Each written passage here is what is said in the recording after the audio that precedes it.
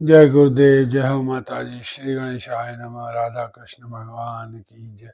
हे प्रभु, हे माँ जगत जननी, दया करें, कृपा करें, रक्षा करें, कल्याण करें, हमारे अपराधों को, हमारी गलतियों को क्षमा करें। जय गुरुदेव, जय गुरुदेव, जय गुरुदेव। गुरुर्ब्रह्मा गुरुर्विष्णु गुरुदेवो महेश्वरः, गुरु साक्षात् परम ब्रह्म तस्मै श्री गुरुवे नमः। जय गुरुदेव, जय गुरुदेव महाअवतार बाबा जी।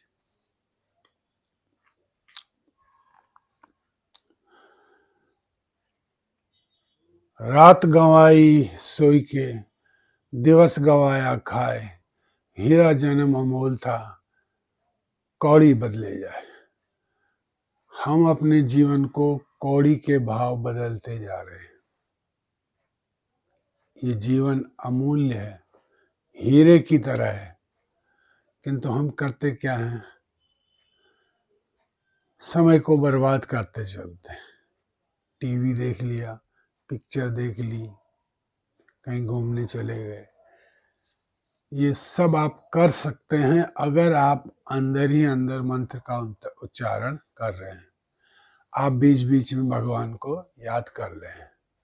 वो चीज़ें आप आई हुई भगवान से समझिए और भगवान को समर्पित कर दीजिए, तब आपका समय बर्बाद नहीं होगा। अन्यथा हम ये मान कर चले कि दिन का अधिकतर समय हम भगवान को छोड़कर बाकी सारी दुनिया में लगा के रखते हैं। 99% लोगों का 99% टाइम दुनियादारी में बीतता है और ले दे के ढाक के वही 3 बार मिलना उतना ही है। जिस काबिल आप होंगे आपको मिलेगा उतना ही।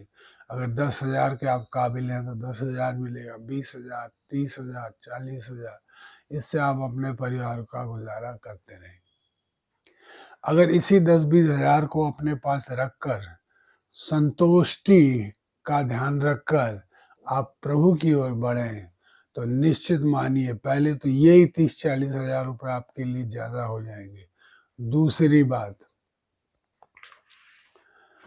आप जब भगवान में बाकी का समय लगाने लगेंगे या ज़्यादातर समय भगवान में लगाने लगेंगे तो भगवान की आप पर कृपा दृष्टि होने लगती है, जिसकी वजह से आपका वही इनपुट जो आपने इनपुट 10,000 के लिए किया था, वही इनपुट आपको 80,000 भी देने लगेगा।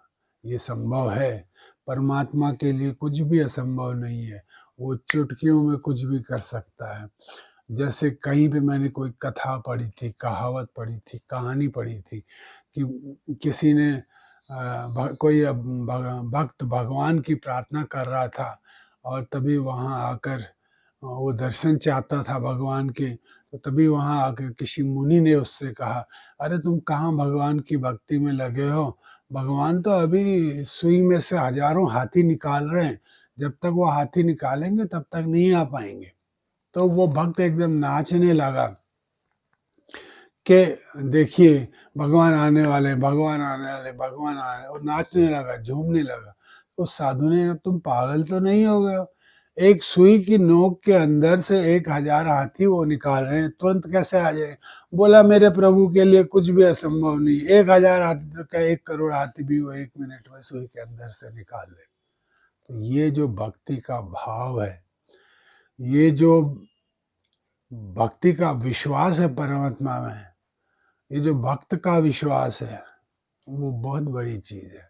जब आप भगवान में विश्वास करने लगेंगे तो वही जो थोड़ा समय आपके लिए बचता था, उसी समय में आप बिल्कुल चमत्कारिक परिणाम देने लगेंगे।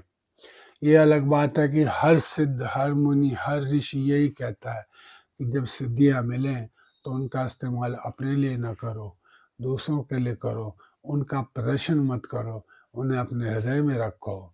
इस प्रकार की शिक्षा हमें दी गई है। तो कभी भी आलस नहीं करना चाहिए। पहली बात, रात गंवाई सोई के, दिवस गंवाया खाए। सोने में और खाने में समय नहीं बिताना चाहिए। ज़्यादा से ज़्यादा समय प्रभु का स्मरण करने में बिताना चाहिए। प्रभु का स्मरण करेंगे तो वैसे ही आपको सोने को भी मिल जाएगा, खाने को भी मिल जाएगा और परमात्मा की दया दृष्टि से आपका जो जन्म है, जो अनमोल है, उसकी वैल्यू आपको समझ आ जाएगी, उसकी वैल्यू समाज को समझ आ जाएगी, उसकी वैल्यू आपके परिवार को समझ आ जाएगी। तो समय को बर्बाद न करें। समय को बर्बाद करने से अच्छा है जो भी समय आपको मिले, जो आपको लगता है कि मेरे पास अभी समय है, उस समय प्रभु का स्मरण कर लें। सुबह ध्यान करें, शाम को ध्यान करें, समय मिले तो दिन में ध्यान करें। अन्यथा रात में सोते समय, सोने से पहले जब तक नींद नहीं आती तब तक निरंतर ध्यान करते रहें। ध्यान की किसी एक टेक्निक का आधे घंटे अभ्यास करें, उसके बाद अगले आधे घंटे में फिर ध्यान का अभ्यास करें। इस प्रकार रात में जब तक आपको नींद नहीं आती, आधे आधे घंटे के सर्कल में 1 या 2 टेक्निक्स को घुमाते रहिए। निश्चित रूप से घंटे भर में, आधे घंटे भर में आपको नींद भी आ जाएगी। तो समय गंवाना उचित नहीं, ये समय अनमोल है, ये दोबारा नहीं मिलेगा। इसी शरीर से हमें सब कुछ करना है, खाना भी इसी से, पीना भी इसी से, खुश भी इसी से, दुखी भी इसी से। ये शरीर है तो सब कुछ है। तो जो समय आप गंवा रहे हैं उसको अच्छी जगह यूज़ करें, यूटिलाइज़ करें। जैसे अब आप सुबह उठ गए तो ध्यान किया, ध्यान करने के बाद कुछ एक्सरसाइज कर ली, ये तो सदुपयोग है। ये इसके लिए कोई मना नहीं करे। लेकिन होता यह है कि हम उठते हैं, चाय पीते हैं, फिर सो जाते हैं, फिर उठते हैं, ऑफिस चले जाते हैं, फिर आते हैं, फिर थके होते हैं, फिर रेस्ट कर लेते हैं, फिर सो जाते हैं। तो अलग से समय निकालने के लिए अगर कहा जाए परमात्मा के लिए, तो सिर्फ 2 ही समय मुख्य हैं, वो है सुबह का 10 मिनट, शाम का 10 मिनट।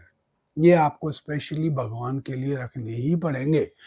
लेकिन इसके अलावा दिन भर का जो दिनचर्या है, उसमें जहाँ भी आपको 5 मिनट या 10 मिनट का समय मिले, उसमें भी परमात्मा का स्मरण करना चाहिए। ऐसा स्मरण करने से आपका जीवन बहुत ही उत्तम हो जाएगा, बहुत ही अच्छा हो जाएगा, सुख-दुःख से परे हो जाएगा।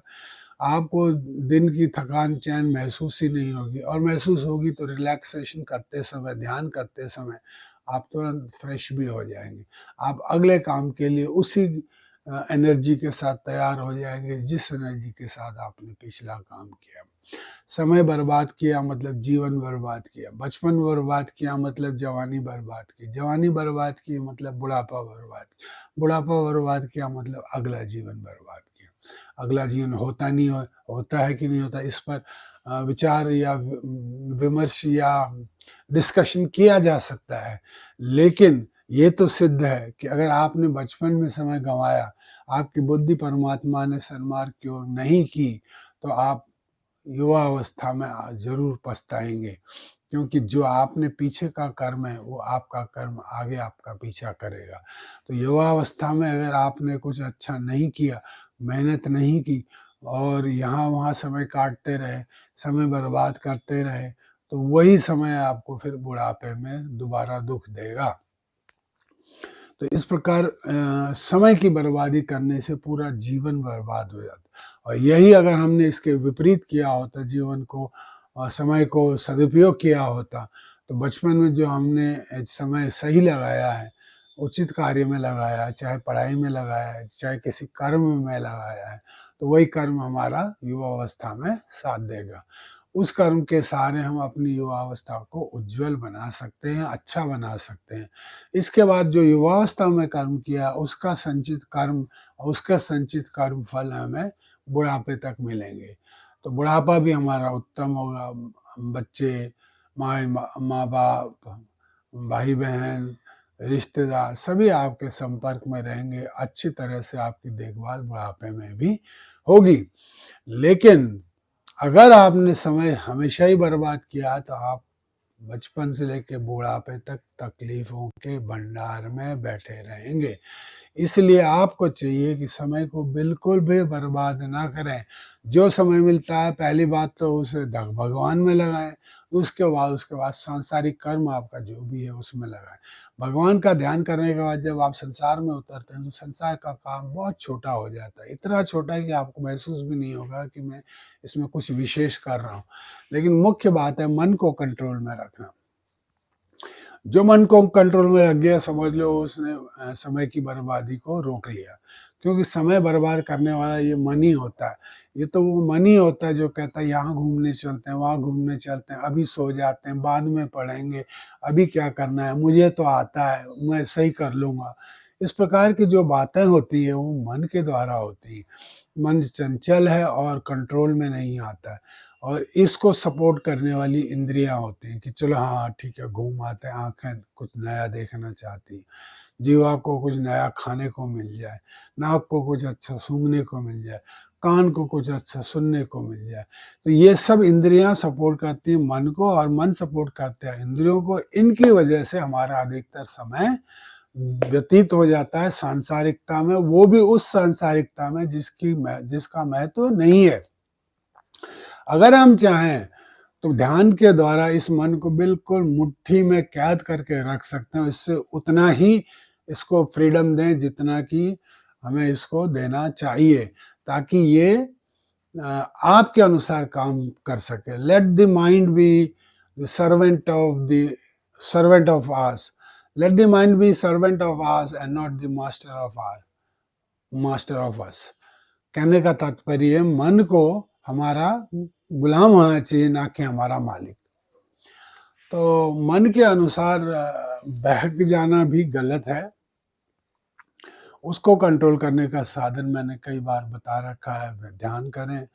और जो भी समय दिन में आपको खाली मिलता है, जैसे खाना खा रहे हैं, जैसे कहीं बैठे हैं, जैसे कहीं पे इंतज़ार कर रहे हैं, जैसे कहीं आ जा रहे हैं, उस दौरान मन ही मन मंत्रों का उच्चारण करें।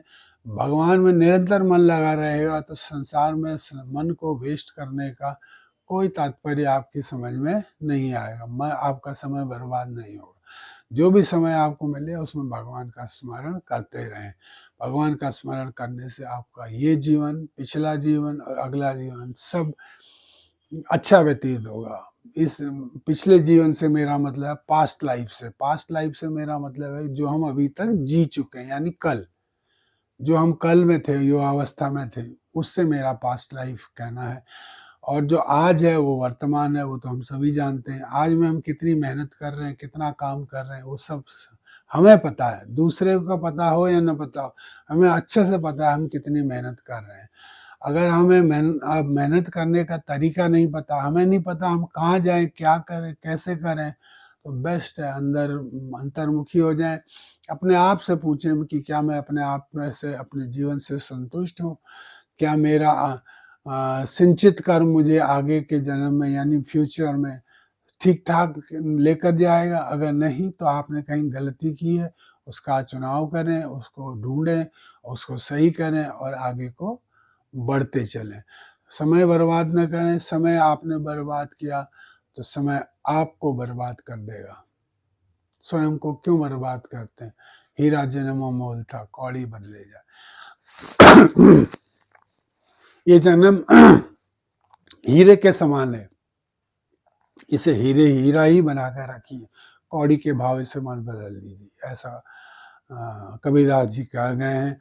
रात गंवाई सोई के, दिवस गंवाया खाए, हीरा जन्म अमोल था, कौड़ी बदले जाए। ये अनमोल जीवन को बर्बाद न करें, इसका सदुपयोग करें, इससे किसी का कल्याण करें, इससे समाज का भला करें, इससे दूसरों का कल्याण करें, और उस कल्याण में से जो थोड़ा बहुत फल आपको मिले, उससे आप अपने जीवन का भी कल्याण करें।